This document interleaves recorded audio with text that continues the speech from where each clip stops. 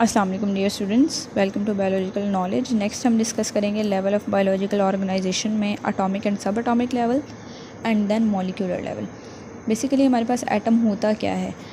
Atom जो है किसी भी एलिमेंट का स्मॉलेस्ट पार्ट है या स्मॉलेस्ट पार्टिकल है जिसके अंदर उस एलिमेंट की तमाम प्रॉपर्टीज़ मौजूद होती हैं। जिस तरह हमने अभी लास्ट डिस्कस किया था कि एलिमेंट जो है वो एक तरह के एटम से मिलकर बनता है और एटम जो है वो उस एलिमेंट का सबसे स्मॉलेस्ट पार्ट होता है।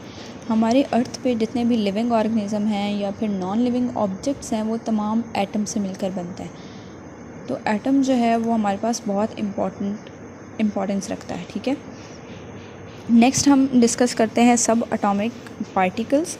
किसी भी एटम के अंदर कुछ सब एटॉमिक पार्टिकल्स होते हैं। मेनली हम 3 पार्टिकल्स को डिस्कस करते हैं, that are electron, proton and neutron. जो हमारे पास प्रोटॉन और न्यूट्रॉन होते हैं ये दोनों एटम के न्यूक्लियस के अंदर मौजूद होते हैं और जो हमारे पास इलेक्ट्रॉन्स हैं वो एटम के गिर्द शेल्स हैं, शेल्स के अंदर रिवॉल्व कर रहे होते हैं। नेक्स्ट हम डिस्कस करेंगे मॉलिक्यूलर लेवल। जिस तरह से अभी हमने पढ़ा कि एटम जो है स्मॉलेस्ट पार्टिकल है। स्मॉलेस्ट पार्टिकल होने की वजह से वो कभी भी आइसोलेटेड फॉर्म में नहीं रह सकता।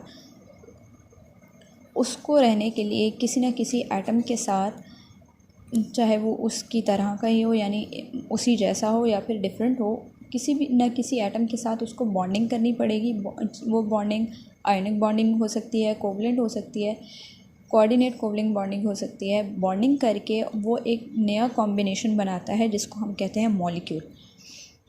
Molecule is the combination of atoms. 2 या 2 से ज़्यादा एटम्स जो हैं वो जब भी आपस में मिलेंगे और वो बनाएंगे मॉलिक्यूल्स। मॉलिक्यूल्स जो है वो अपना इंडिपेंडेंटली फ्री फॉर्म में या आइसोलेटेड फॉर्म में रह सकता है। अब मॉलिक्यूल की हमारे पास 2 टाइप्स हैं, micro molecules and macro molecules. Micro molecules वो हैं जिनका मॉलिक्यूलर वेट और साइज़ ये दोनों स्मॉल होते हैं। Micro means small.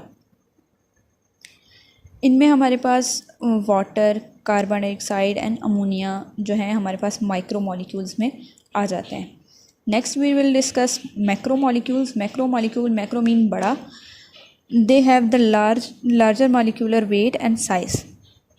इनमें हमारे पास एग्जांपल्स हैं, ग्लूकोज है, लिपिड्स, प्रोटीन्स, सुक्रोज, कार्बोहाइड्रेट्स, ये जितने भी हैं ये हमारे पास मैक्रो मॉलिक्यूल्स हैं। बायोलॉजिकल वर्ल्ड में हम मॉलिक्यूल्स को 2 और टाइप्स में डिस्कस करते हैं, एक ऑर्गेनिक मॉलिक्यूल्स और दूसरा इनऑर्गेनिक मॉलिक्यूल्स।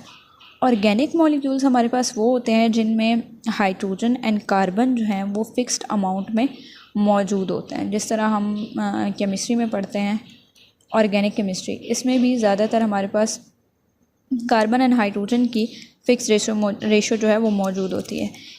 अगर हम एग्जांपल लें यहाँ पे ग्लूकोज की, that is C6H12 and O6, इसमें हमारे पास एक कांस्टेंट रेशो है, फिक्स रेशो है कार्बन एंड हाइड्रोजन की। Next is inorganic molecules. Inorganic molecules जो हैं वो उनके अंदर हाइड्रोजन और कार्बन इन दोनों की फिक्स रेशो मौजूद नहीं होती। यानी इनऑर्गेनिक मॉलिक्यूल्स में हाइड्रोजन एंड कार्बन के अलावा भी और जो एटम्स हैं वो मिल के कंबाइन होके नया मॉलिक्यूल बना सकते हैं। जिस तरह से हमारे पास H2O वाटर है, इसमें हमारे पास हाइड्रोजन और ऑक्सीजन आपस में मिले हैं, इसमें हमारे पास कार्बन नहीं है, इसीलिए ये हमारे पास इनऑर्गेनिक मॉलिक्यूल है। क्योंकि हमने क्या पढ़ा है कि हाइड्रोजन और कार्बन जो है वो मिल के in fix ratio organic molecules बनाते हैं। हमारी बॉडी के अंदर कुछ डिफरेंट तरह के मॉलिक्यूल्स होते हैं। जिस तरह हमारे पास है लिपिड्स हैं, प्रोटीन्स हैं, ADP, ATP, ये सारे हमारे पास ऑर्गेनिक मॉलिक्यूल्स भी हैं और मैक्रो मॉलिक्यूल्स भी हैं। आई होप आपको लेक्चर की समझ आई होगी। अगर आपका कोई क्वेश्चन है तो आप कमेंट बॉक्स में पूछ सकते हैं। Thank you.